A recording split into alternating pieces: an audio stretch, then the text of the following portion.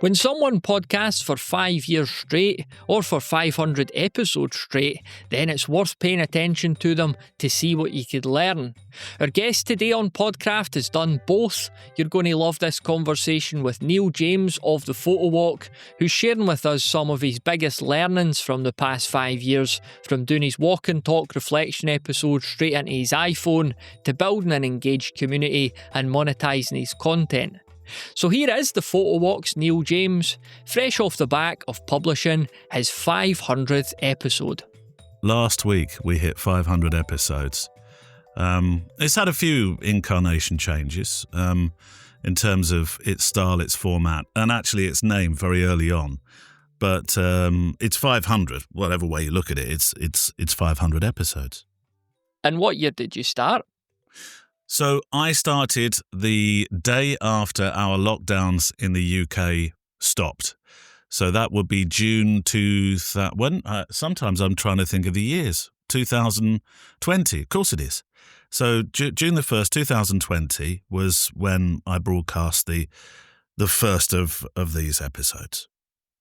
So June 2020, it looked like the whole world launched a podcast. Anyone who didn't have a podcast launched one. So you were kind of part of that boom, but you've actually kept going and now done like halfway to 1,000. So what was your motivation about starting back then? What was it, a COVID thing, or was that just a coincidence? It's sort of, but not entirely. I had and still have another podcast called the Fuji Cast, which is to do with Fuji cameras. Clue is in the name, I suppose. And we'd had our podcast for a good few years prior to COVID.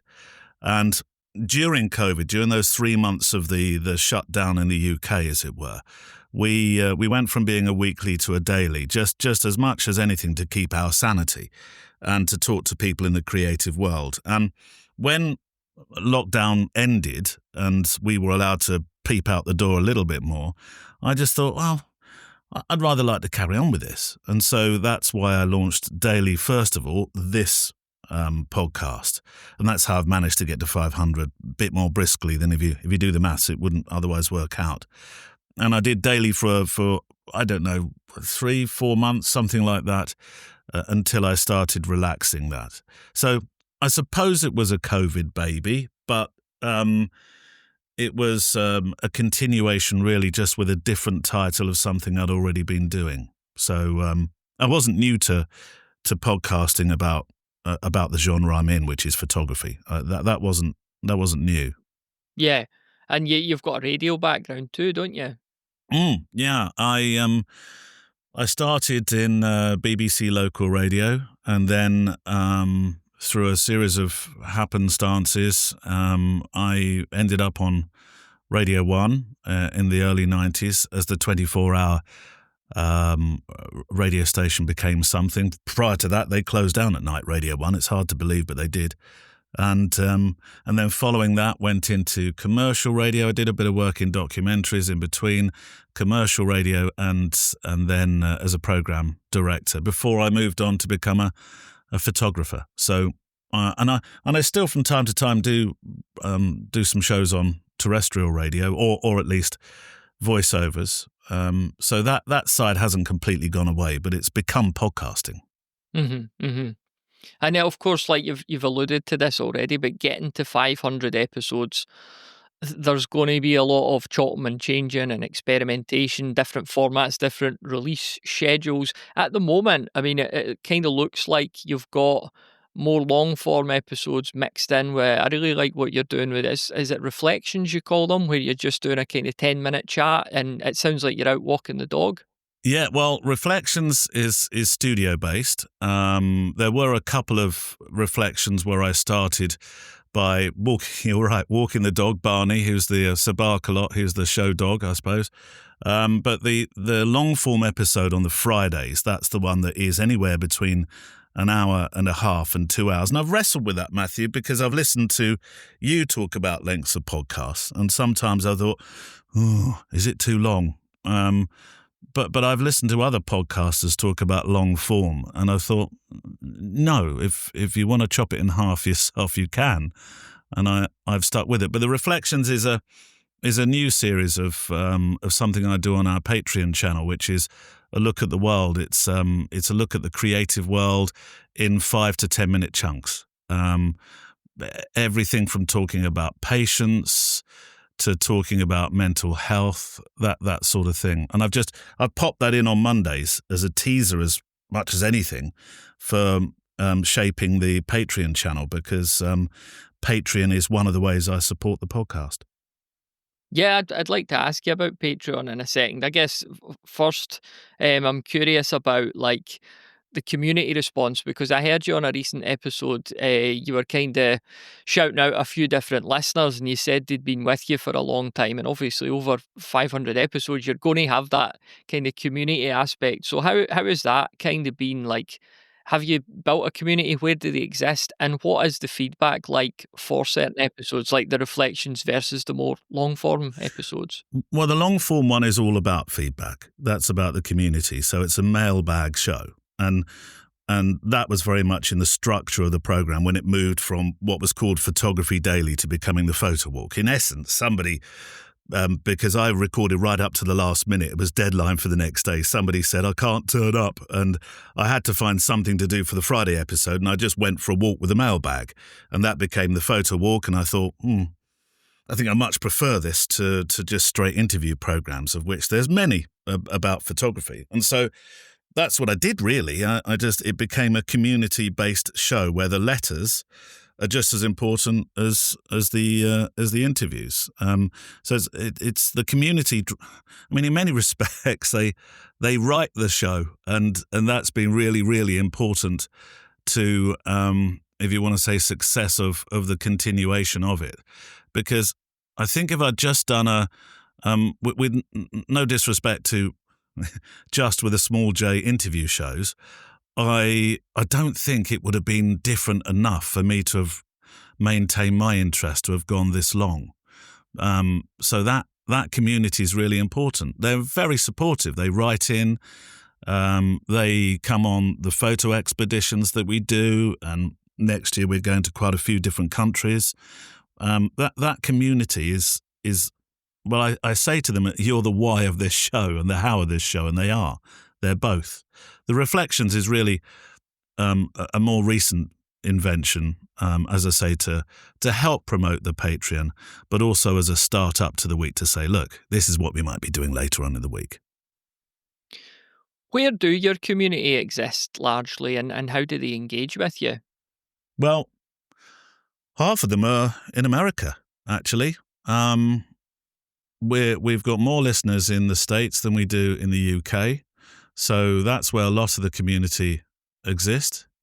There's a fair few in Germany as well, but essentially America and the UK are where that community mainly lie. And there are areas outside that, but they are the two, I suppose, if you want to say leading community numbers. If I look at the stats on Libsyn anyway, that's where they are. They are photographers, they are creatives, some of them are artists. We're not really an artists show. And more lately, and in a smaller way, we've become a walking podcast as well, because although it's called Photo Walk, the whole mental health thing behind walking and photographing, which for many people grew out of COVID. I'm sure you remember those times, Matthew, where the walking was the one delight we had in the day, and it's sort of grown out of that in many respects. Yeah, I mean that is a really good thing, isn't it? Because I guess, if you were just a photography podcast, like that's so broad, isn't it? So the fact that you've got that, you're able to kind of double down and say, but we're also into this, or we also do this, we also lean into this. It's interesting to know, like, geographically about the community, but my question maybe wasn't clear enough. Like, I was more meaning, like, where do they exist online and how do they engage with you? Like, is it a circle group, a Discord, a Facebook group? Is it just by email? Yeah, no, email mainly. We do have the Patreon, which is a community of itself. I dabble with Discord, and it almost felt like we were doing social media overload. So really just lent into to email as being the main method. We have a Facebook group, we have Instagram, and then a listener looks after a Flickr group for us. So there's a few social platforms, but I'd say the main way that people interact with the show, the community, lie behind emailing in. Mm-hmm. How long did it take you to get that traction where you actually started to hear from the audience?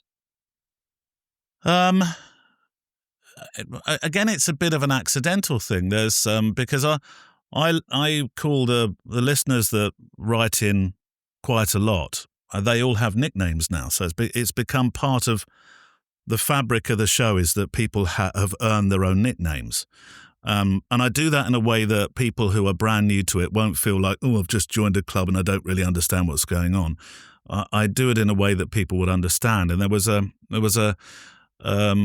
listener in Denmark called Lars, and Lars Heggard, and he became Heggard the Dane, like some sort of Viking character.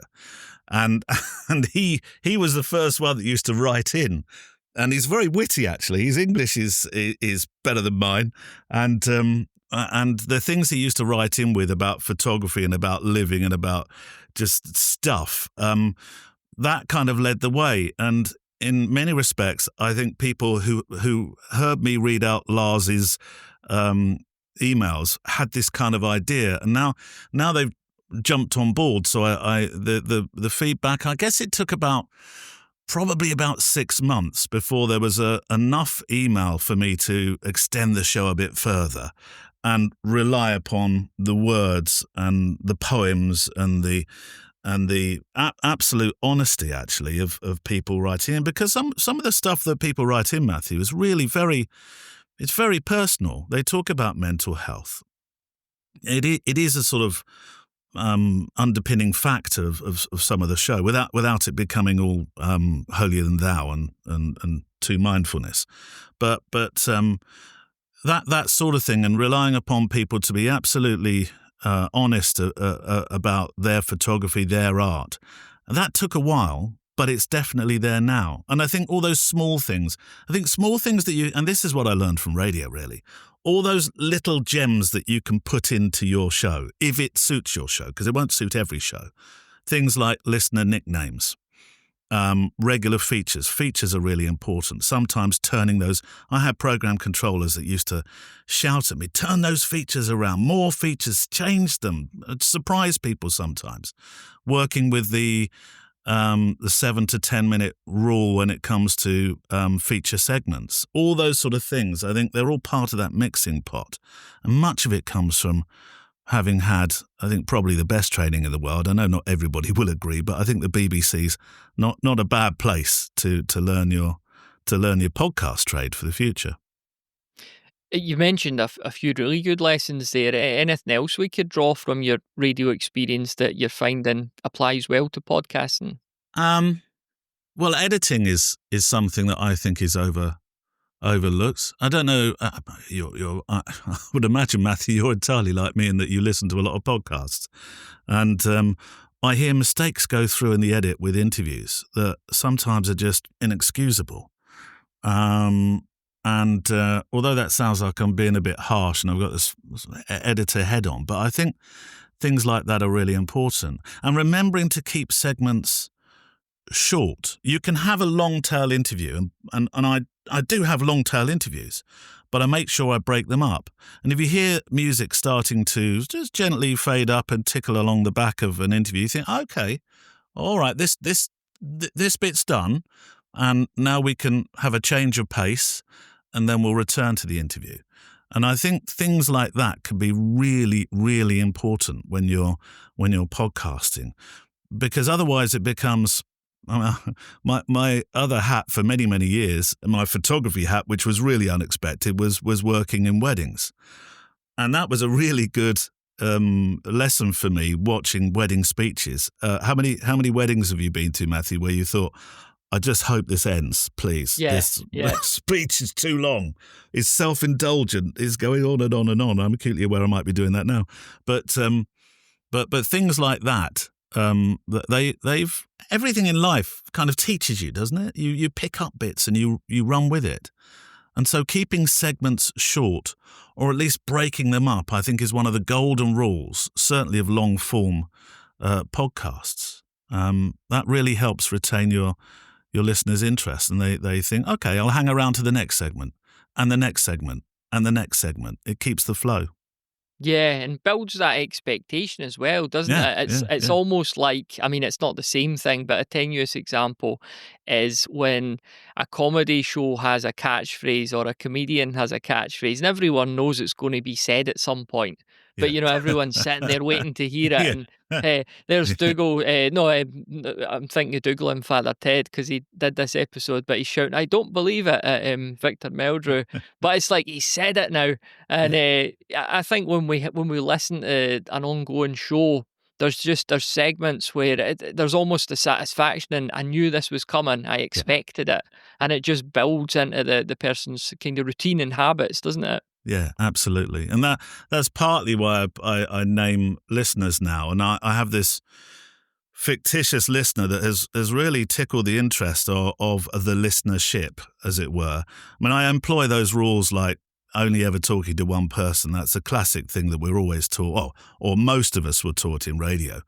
And I remember on the very, very, very first day of my induction when I was in BBC local radio, there we were near Broadcasting House at the training centre, and a producer came in and he set us. It's not really a task. It was just a small exercise, and it stayed with me. This is almost 4 decades later now, and I'm still thinking about this. And he said, right, I want you to think of a person, and this person is your listener. Don't tell me who that is. They may be female, they may be male, they may be old, they may be young, all these. But I want you to imagine them, and then I want you to talk to that person whenever you're on the radio. And so and I call this person the other listener. And that's become this sort of drive, a bit like, well, maybe not like Victor Meldrew's. I mean, it would be lovely to be so big, but that I don't believe it thing, that's become that catchphrase of that show. The other listener has become the thing, the nuts and bolts of my show now, because I often talk to the other listener like it's a private joke. But I make sure that I involve my listenership in it, so it's us against the other listener, as it were. I don't know if that makes sense, but having those sort of things, those sort of mechanics, as you put, they can be really important. And also, it helps you become a better broadcaster or podcaster, whatever you want to call it, because if you're talking to one person, you stop believing that you're talking to a whole raft of people, and makes you more personal. Mm-hmm.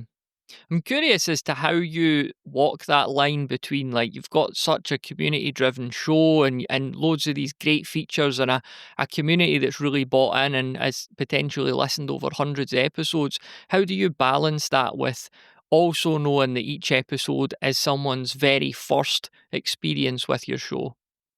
I think by being very honest and sometimes saying, if you are a first-time listener here, and then explaining a few ground rules which your current listenership won't care about because they've been with you and they quite like the idea, I think, that other people might be joining.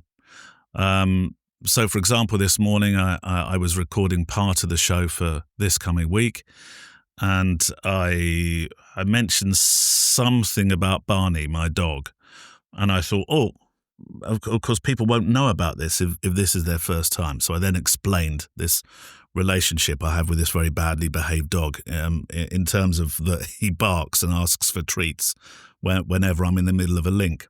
So if you can explain stuff sometimes without it becoming too long-winded, I think that's a good way of doing it. But I also don't believe that you would listen to the show and feel lost at sea if you'd never heard it before. And I do pay close attention to that. So the monologue at the start, which relates to the guest that's coming up, is very inclusive. And I always think, right, if you've never been here before, let me make sure you feel cuddled and welcome. And that, I think that's really important. When you talk about like going for a walk with the mailbag, is that literally you going out and reading any correspondence, just Yeah, recording yeah, on the go? yeah. Physically, I take out a microphone. I walk along a path. So you can hear the path, you can hear the stones, you can hear the leaves, you can hear the river, because I walk along a river mostly. Sometimes the boat's going past, even the train, which is not that far from this walk. I've named that the Pinstriped Express, so that we imagine the people that are riding in it that are all going into London along the line where I am anyway. So you hear everything, and I think that's part of the charm of it. It's a bit eccentric in many ways. The interviews are all done from the studio, but and I make it very, very obvious in that respect. But everything else is recorded out on a walk, and I've never cheated. I've never done it with sound effects. There are 2 sound effects in the whole show, and they're right at the start, within the first 3 or 4 seconds. There's a blackbird that I recorded one day, which I just loved, which I always have over the first few words. And there's the just a gentle tickle of some leaves in a tree. And they've all, if for any other reason, I just didn't bother taking them out of the multi-track. They've always remained there. But everything else is as you hear, including my frustration when a plane goes overhead. I've left none of it. And I used to get a bit funny about planes. But I had an email one day from somebody who said they suffered from ME. And they listen to the show and they could never get out on a walk these days. They're too tired. They're hoping that their life will change. But for the moment, the sounds of even me getting frustrated with a plane going overhead just remind them that there's a world out there. And that was a big lesson to me, really, that authenticity in this world of AI we're heading into is really important to people. Yeah, no, I think you're bang on, and yeah, I mean, I'm thinking along the same lines myself. I love to hear content created in that way. I've always been a big advocate of going outside and recording. I've listened to a few of your episodes doing that, and it's everything what I like about independent podcasting Oh, it's very is generous. just Thank you. that, getting out there, and I just love the theatre of the mind of it, and it's fantastic to hear also from your listener who, it is in some way experiencing that walk, even if they're not Mm. able to go on it themselves. So Mm. it's just, I think a lot of podcasters just leave value on the table when they're not getting out and walking around. And I know everyone can't do it, but if you're able to, it's just such a brilliant way to record content, isn't it? I think so, and it doesn't have to be complex. I surprise people when I tell them that the outdoor stuff is recorded on an iPhone. And I used to use expensive Sennheiser microphones in blimp housings.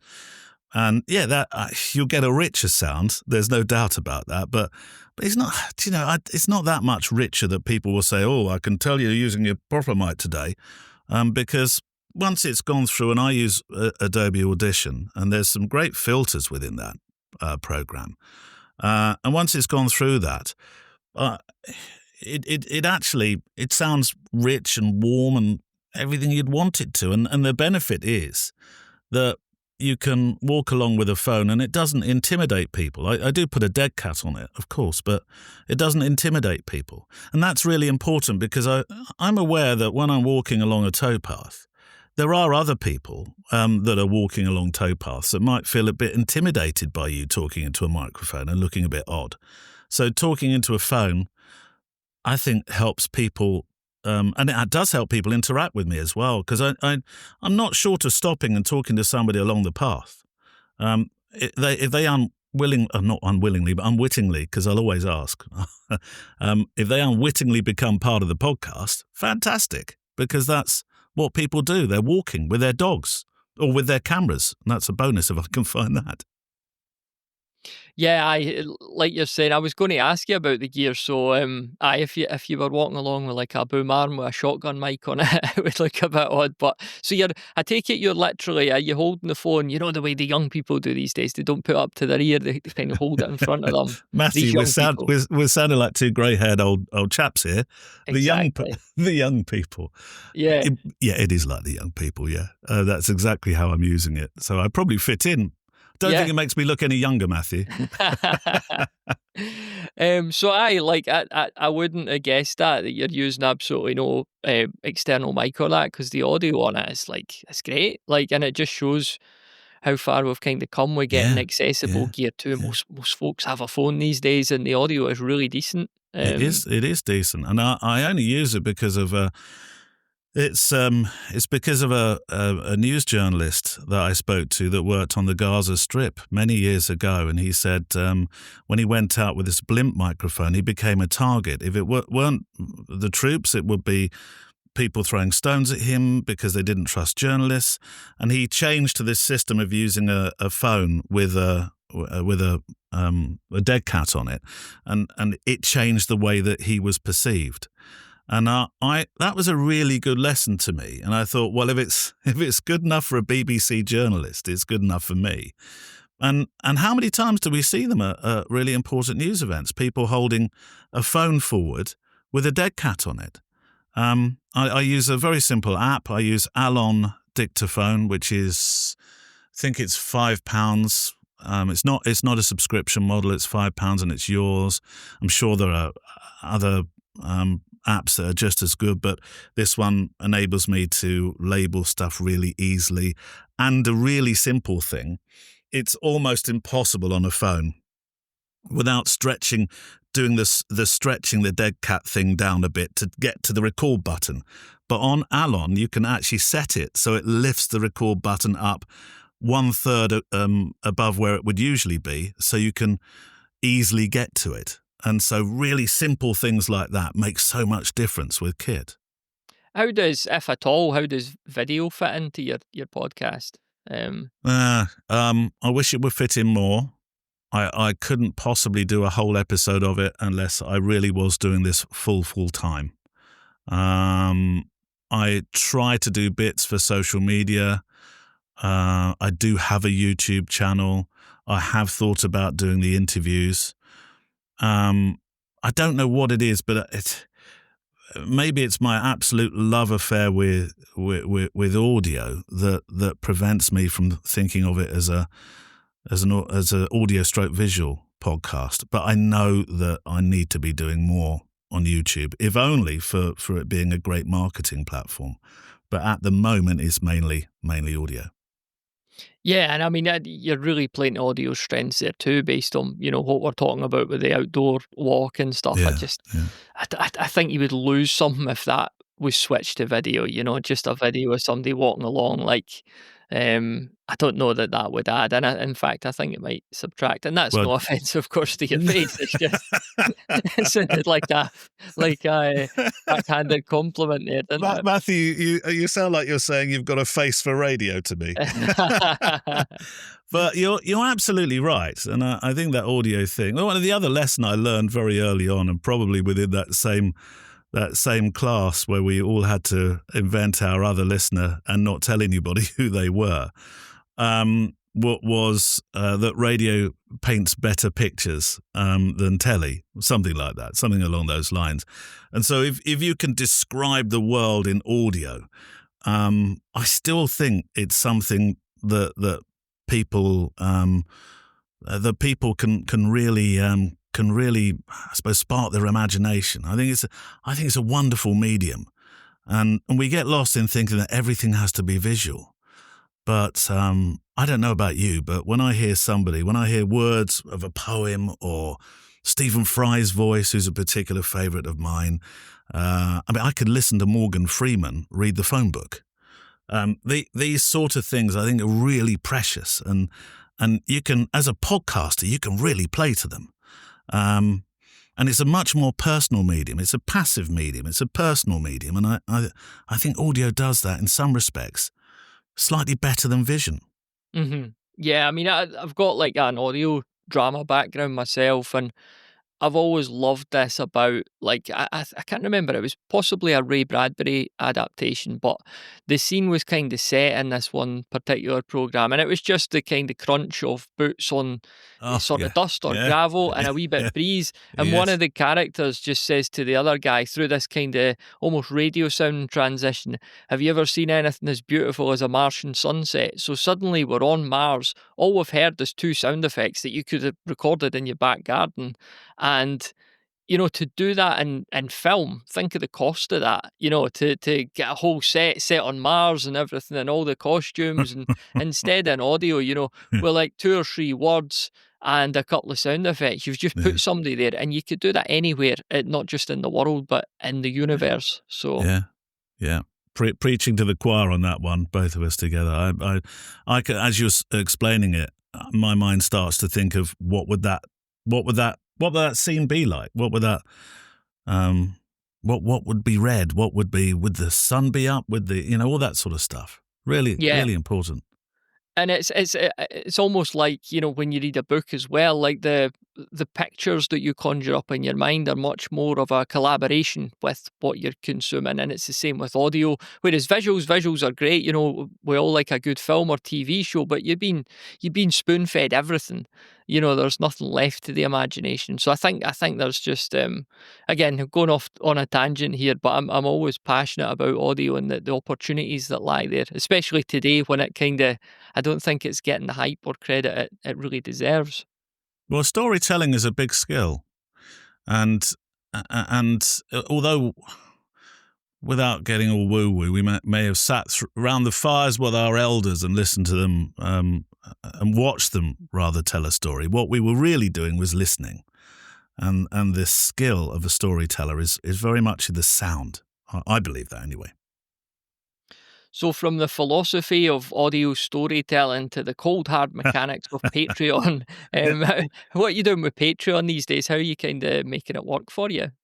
So there's always been something attached to it. Patreon we've now had for a good few years, maybe 3 years, probably a little bit longer. And I've named it something. It's called the Extra Mile.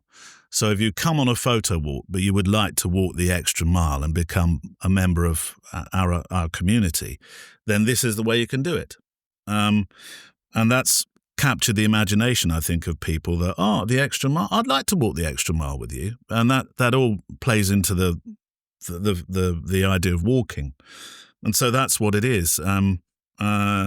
There's pictures on it. We do a Zoom meeting for community members. We actually do one now for those that live in the Southern Hemisphere and one that live in the Northern Hemisphere, so that all the audience have a bash at joining with the Zoom calls that we have. We do Zoom training on it, or we're just about to do, actually. The community of that are usually the community that come on our international and our more local photo trips that we do, such as Scotland, India, Mongolia, Africa, Venice next year, all those sort of things. They sort of reside within the extra community, the Extra Mile. It's become this. It's not. I don't want it to feel like a club that you can't be a part of, and that's another important thing within the podcast. Because if I just bang on about the Extra Mile and make people feel, well, I can't afford it, so I don't feel much part of this community. It's just I hate using this term, Matthew, but the added value of becoming part of something that's slightly larger than the just the Friday free show, and that's worked quite well. I wouldn't say I have a huge membership, but enough that it pays the bills and then some. So the show itself, in terms of the commercial, the commercial side of the whole thing, is that it has sponsors. It's had 2 what I would call reasonably big sponsors in its time. It's got the Patreon. I do mentoring. That's part of it. So mentoring for photographers and also mentoring for people that are not necessarily podcasters, but they want to learn how to use sound or podcasting with their photo making. And then these trips. So we do a Scottish tour every year in the Highlands. We've been to, as I say, Africa, West Africa, the Gambia. We've been to India. We went to Delhi and Jodhpur last year. We're going to Kolkata and Varanasi next year. There's Mongolia for the eagle hunters. So there's all these photo adventures. So all of this It's also, I think of it like a jigsaw, Matthew, and it's taken a few years for this jigsaw to come together and understand how I can monetize podcasting. Because the amount of time I spend on it, my wife rightly at the start thought, what are you doing? How is this going to work? You're mad doing this much work on something when it's just really a passion project. But I always knew that I could monetize a podcast. It just took a while to realize how. And if I had a different kind of podcast, I'd find different ways of monetizing it. But I know that this is something you talk a lot about, and I've listened to you talk about this on the show, and I've very much taken a lot of that advice to heart. Yeah, don't listen to me. That's a big lesson. But I do, and we do. Yeah, at least somebody does. Just on off the back of what you're saying about the monetization there, with the sponsorships, did you reach out to those companies or did they get in touch with you? Yeah, we reached out. I don't think anybody's... See, this is the other thing. I'm in a niche podcasting zone, and I often think, it would have been so much easier had I just done crime or sports bar or all the other things that are immediately more, dare I say, more interesting to a wider audience. Photography, and it's weird because one of the first things I did on the radio was do a photography feature on the radio, and that's decades and decades ago, and people said, certainly my program controller said, "Why are you doing a photography feature on the radio? That's about vision. What are you doing?" And so it is a niche. But talking about photography doesn't mean you have to see everything. That's why the website is so important, and the show pages are really, really integrally important. So I sit in a niche. So that idea of monetization is much harder when you're in a niche. I think you'd probably agree with that, wouldn't it? You know, it's this eternal hunt for sponsors. So yes, I went to sponsors. I had to. They weren't going to come to me. It's not Joe Rogan. There aren't a million plus listening.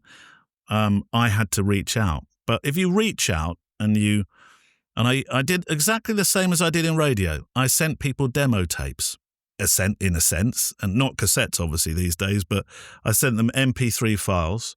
And I also took an opportunity with the larger sponsor that we had to actually send them what I thought their read could sound like.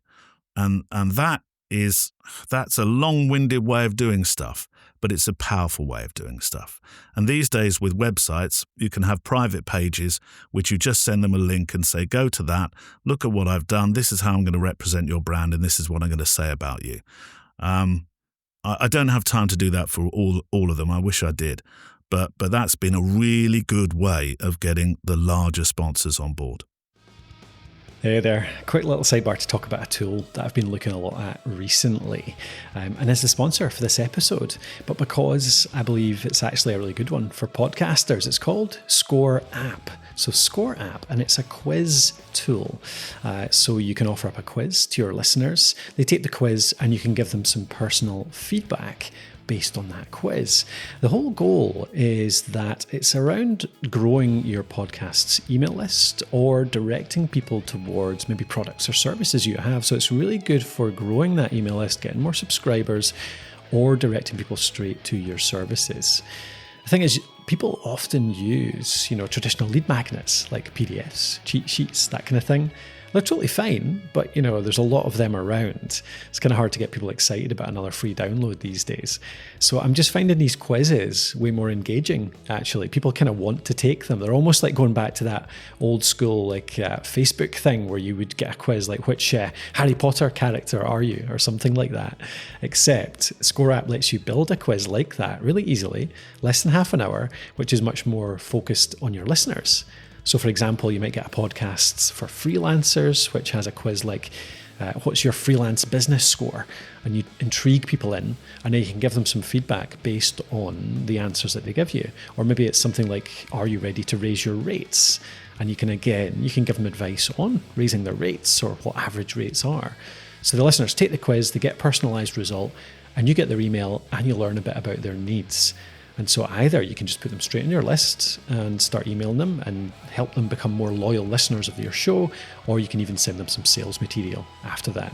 So if you want to check this out, it's kind of a more fun way to better engage your listeners. It's a really smart way to build that email list, whether it's for just pure engagement and loyalty or whether it's for sales. Go over to Score App. So that's SCOREAPP, that's scoreapp.com. And there you can build your first quiz for free and see how it works, see if it might work for you.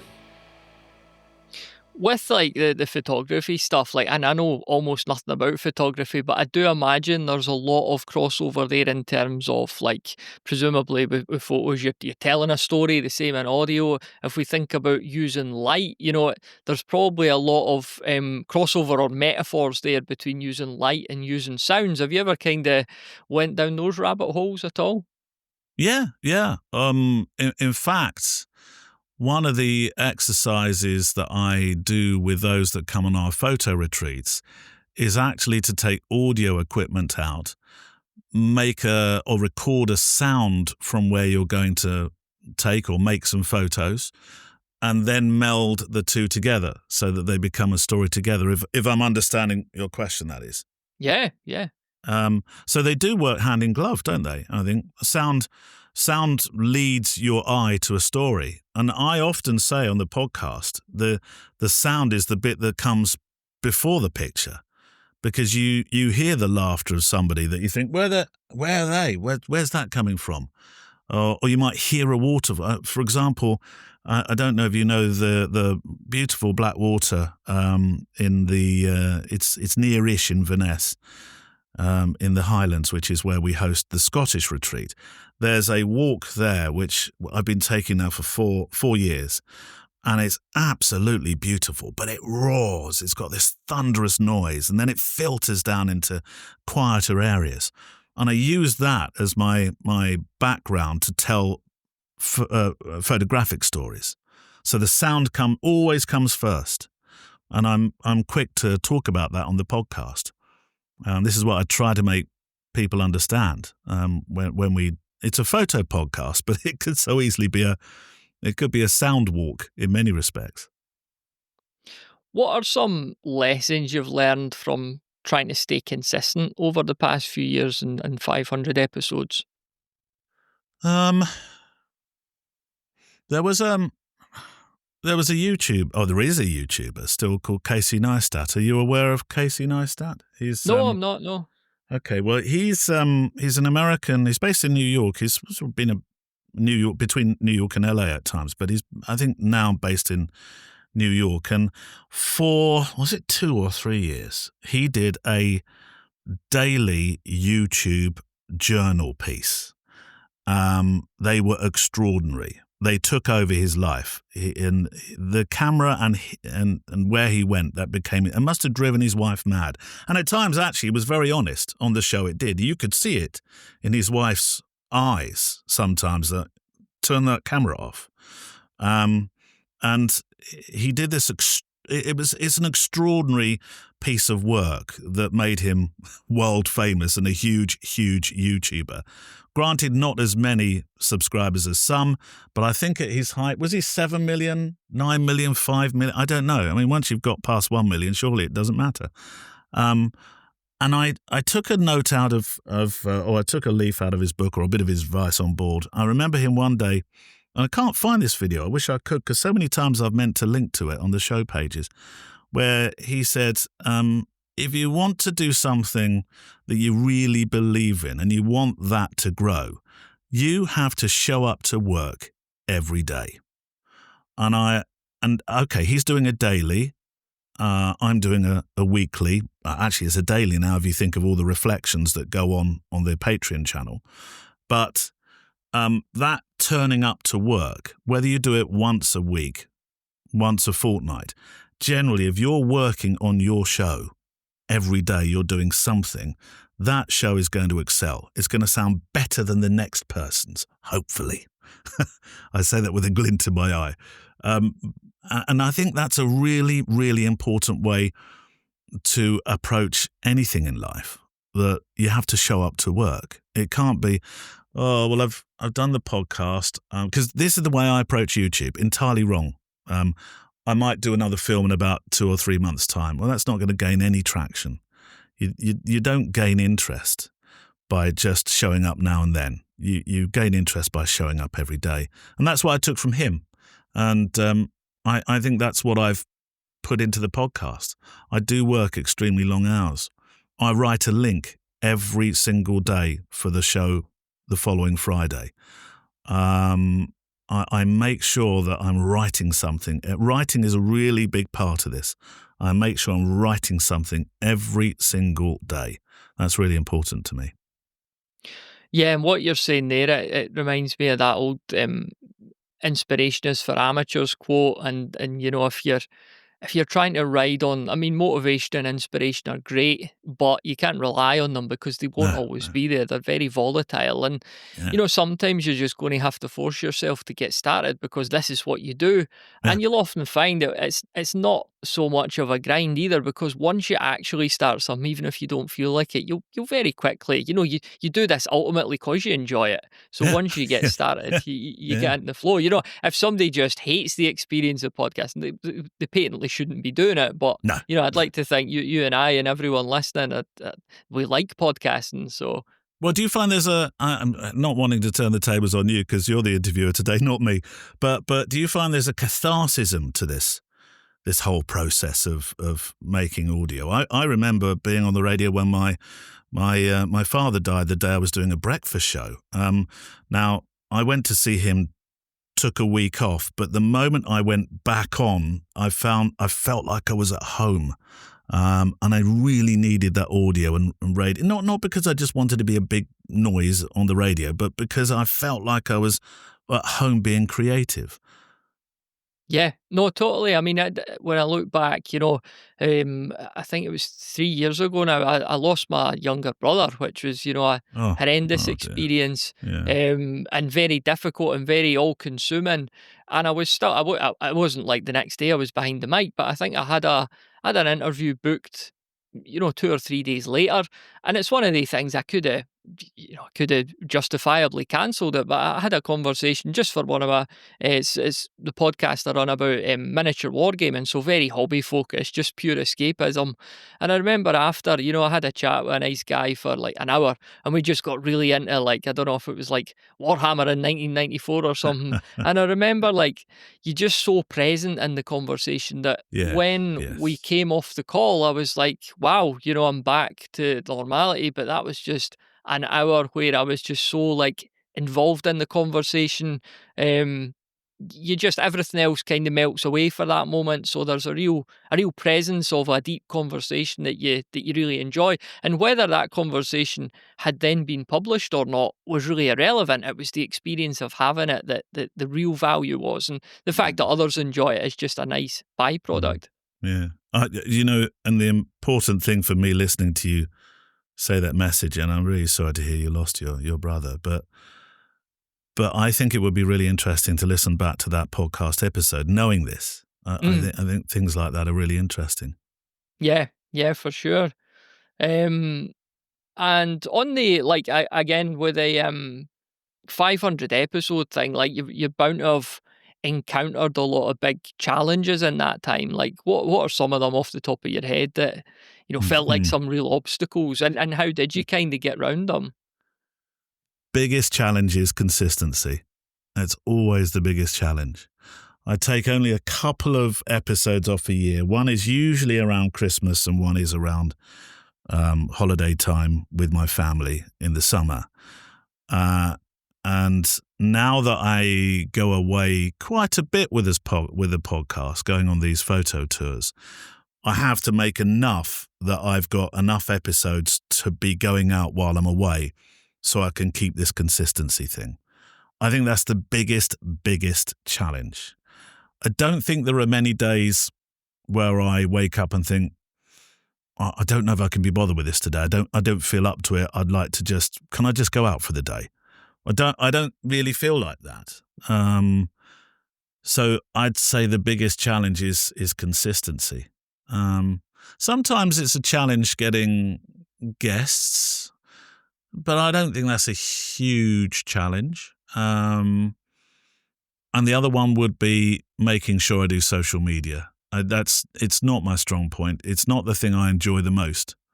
And so I think that's a challenge as well. And social media has to be a part of, I think, of a growing podcast. There has to be something else, another place where you can, for example, I like After Dark. After Dark is a podcast I've been listening to quite a bit of late. It's a bit sinister and gruesome in places, I'll grant you, but they will talk about their social media presence and how you can go and see things that might relate to what they're talking about that you have to see. So social media is really important. I think that's the other challenge, really. Looking at the kind of tools, I mean, you talked about how you're recording. I'm just curious about like any particular software you use on top of that. I think you'd mentioned before some of the software you were using for your audio, but like any software, and also like where are you actually hosting it? So I host on Libsyn. I've been with them for many years. I was with Blueberry before. Was it Blue? No, Black. What is it? Blueberry. Is it? Yeah. You'll have to help me now. I went to Libsyn quite early on, I think because a podcaster suggested it. Maybe it was somebody on your show. I don't know. Listening to me again, yeah, you've got a lot to answer for. So I went to Libsyn. There obviously there's so many other platforms I could use, but I've been there so long now. It feels a bit like moving a bank account. I don't think I could be bothered. But I do get good service from them. I like them. So Libsyn I use for hosting. I use Adobe Audition. I use all the Adobe products because I'm a photographer as well. I use Photoshop, Lightroom, Premiere for any video edits that I do or might get round to doing. Audition, which has a great multi-track. And I use that for just editing monotracks as well. So I'm very much in that Adobe world, really, in that I use their product. They talk to each other, which is another good reason. You can, right click or left click on something, and it's all part. It's in the same place, and that's important to me. I don't want something to be complex. I don't want to have to dive out of one bit of software, use another, then inject that into the. I just can't be bothered with that. And in terms of the recording software, well, Alon Dictaphone is the one I mentioned, which I use on the phone. I don't think I use a lot more software. It might surprise you, but even after all these years, I mean, we're talking on the Riverside platform, and I'm still a bit antiquated, really, in that I use Zoom. And of course, the disadvantage is that you will get a compressed Zoom signal that if somebody is in their room and they're a bit roomy and it's a bit echoey, then it's harder to make that sound like studio quality. But it seems to work, and I have no great issues with it, and it costs a lot less than other platforms, and so I stick with it. That's not the perfect way to do interviews. I appreciate that. But I think that's about it, really. I mean, hardware-wise, in the studio, I'm lucky in that I've got some nice kit. This is a Neumann microphone I'm talking on at the moment. TLM 103, I think. It goes through a broadcast desk, which is a Sonifex one, which is a pretty standard one, the one I use in newsrooms. So it's 10 channels, I think. Yeah, 10 channels, 3 of which have stopped working across the years. Yeah, and I use one thing that's really good for my studio interviews and definitely helps you have a warmth within your voice is the universal audio units you can have, which you can put your voice through. Musicians use them a lot, and I use that as my audio interface for microphones because you can get plugins for it that sound like a digital version of what were analog sister compressors, etc. And it sounds really lovely and warm. And that's about it, really. And that has been what I've used for years and years, and will carry on doing so. It's been a great chat, Neil. I feel like we've covered loads, and there's definitely a second episode in here somewhere. But as we kind of get to the end of our time today, I'm wondering about like what's next. Do you think much about kind of short, medium, and long term goals or aims for the show? I do very much. Reaching 500 is a number that I'm proud of. I know not many podcasts do. I don't know what the figures are. I think is it that most people get past 7 or 9 and then they're considered a podcaster? Yeah, it's in that region. Something like that. So to get to 500, I'm immeasurably proud of, and it's because of the audience. And I know that sounds like one of those trite speeches you make at awards ceremonies where you say, I'd like to thank everybody under the sun, but it really is down to the family saying, go on then, and it's down to those that listen and those that volunteer, because there's some volunteers behind this show as well. It's down to them believing in it. But I do have long-term plans. I want to launch a podcast. There's 2 podcasts that I want to launch that have absolutely nothing to do with photography. I don't know when I'm going to have the time to do them, and somehow I need to engineer that.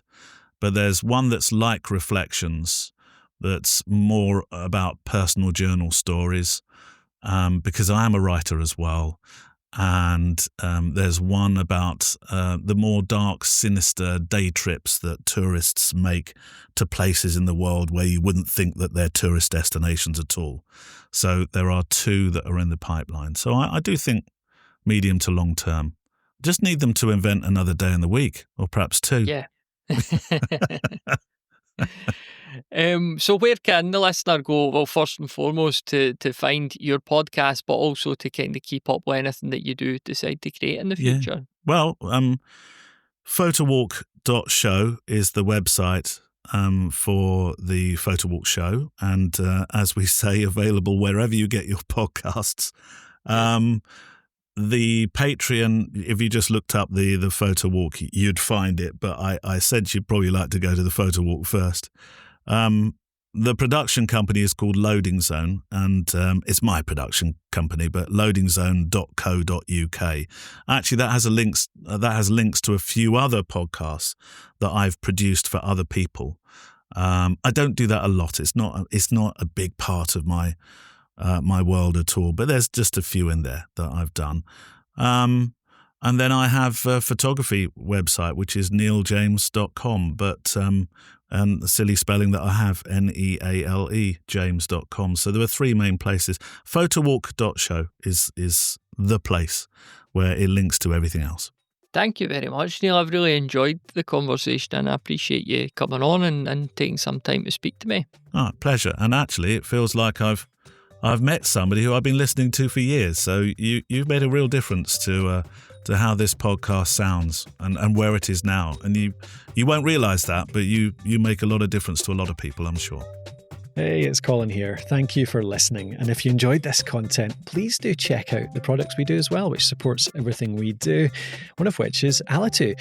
The bonus to you being you get a great tool to create your podcast and make it much easier to get that show out into the world every single week. It's our podcast creator app, which includes call recording. It includes audio cleanup, from your leveling to your voice EQ to your noise reduction.